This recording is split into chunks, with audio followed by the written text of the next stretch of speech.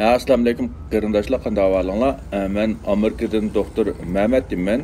Men hozir New York shahar markaziga joylashgan markaziy bog'cha, ya'ni Central Parkda bu bog'cha dunyodagi shahar markaziga joylashgan eng cho'ng bog'cha bo'lib, uningki ko'lami taxminan 341 kvadrat kilometr keladi.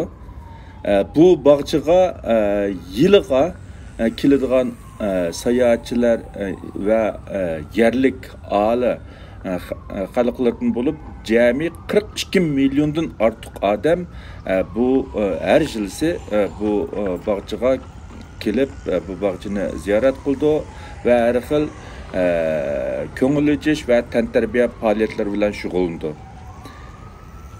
Bog'cha ichida jami 93 kilometr uzunlukta çoğun küçük piyada mağdığan yol bulup, onunda kişiler her xil tantarbiya faaliyetleri bilen şug'ullandı.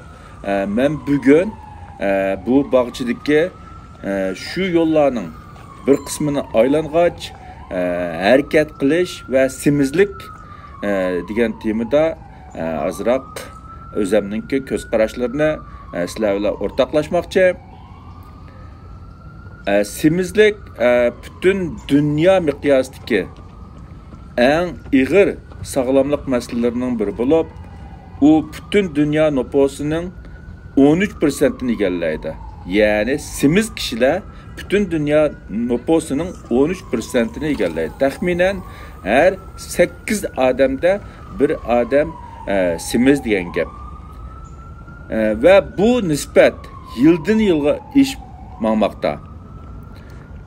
Semizlik tamakni köp yiyish ve hareketni az qilish bilan zich münasebetli bo'lib, u yurak qon tomir kesili, meni qon tomir kesili, diabet kesili qatorliq ko'pligan ost xarakterlik kasalliklarningki manbasidir. Amerika dünyada semiz kişiler en köp bo'lgan davlat bo'lib, semiz kişiler Amerikadagi balog'at ketganlarning 42%ni, o'smirlarning 20%ni, umumiy nüfusning 36%ni egallaydi.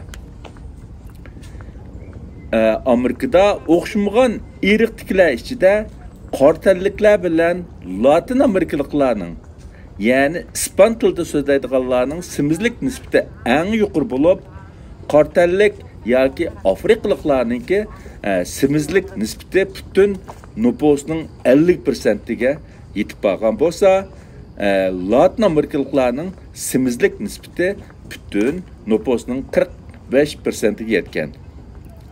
Semizlik Amerikaning o'tirliq shtatlarida nisbatan eng ig'ir bo'lib, G'arbiy Virginia shtati Amerikada semiz kişiler en köp ştat hesaplandı. Amerikadan başka semiz kişiler en köp bo'lgan davlatlar Saudiya Arabiston, Kuveyt, Arab Xalifa Birleşmeligi, Misr qatorliq O'rta Sharq davlatlari. Semiz kişiler en az davlat bo'lsa Yaponiya, Hindiston, Bengal qatorliq bir qism davlatlar. Kambag'al yoki taraqqiy qilayotgan davlatlarda boy kishilar ichida semizlar ko'p bo'lgan bo'lsa, Amerika qatorliq taraqqiy qilgan g'arb davlatlarida tuvan kirimdagi kishilar ichida semizlar nisbati eng yuqori.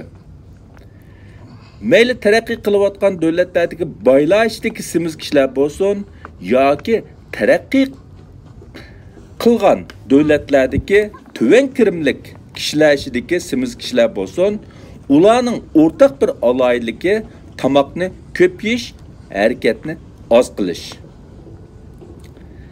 Semizlik bilan harakat qilmaslik orasida bir xil yomon sifatlik o'ylanish bo'lib, odam harakat qilmagan sari semirib ketadi. Semirib ketgan sari harakat qilg'isi kelmaydigan bo'lib qoladi. Odam harakat qilmagan vaqtida uzun müddet o'ltirgan vaqtida hech ishqa xo'sh yoqmaydigan bo'lib qoladi. Bekorchilik odamni ahamiyatsiz ishlarga boshlab boradi. G'aybat, fitna va psixikaning buzilishimi shu bekorlikdan boshlanadi. Semiz kishilarning ko'p bo'lishining muhim sabablarining biri kishilarning semizlikning sog'lomlikqa elib kelgan ziynini to'liq tonib yetmasligi, semizlikni bir masala deb qaramasligi, aksincha uni turmush bayoshatligi va xotirjamlikning namoyandasi deb qarashdir. Bizdimi koni tonishlarning samirib ketganini ko'rgan vaqtida o yaxshi turibdi deydigan, birasining o'riqlab ketganini ko'rgan vaqtida ajab judab ketibdi deb ishini og'ritadigan odat xili ig'ir. Amaliyotda hozir ko'pincha davlatda tomoqni ko'payib, harakat qilmay semirib o'lib ketganlarning soni yigili tomoq yo'q, ochliqdan yoki harakatni ko'p qilib o'lib ketganlarning sonidan xilila ko'p. Uzun ömür ko'rganlar normalda asosan semiz emas yoki uzun ömür ko'rganlarning soni nisbatan ko'p bo'lgan davlatlarda semiz kishilarning soni nisbatan oz.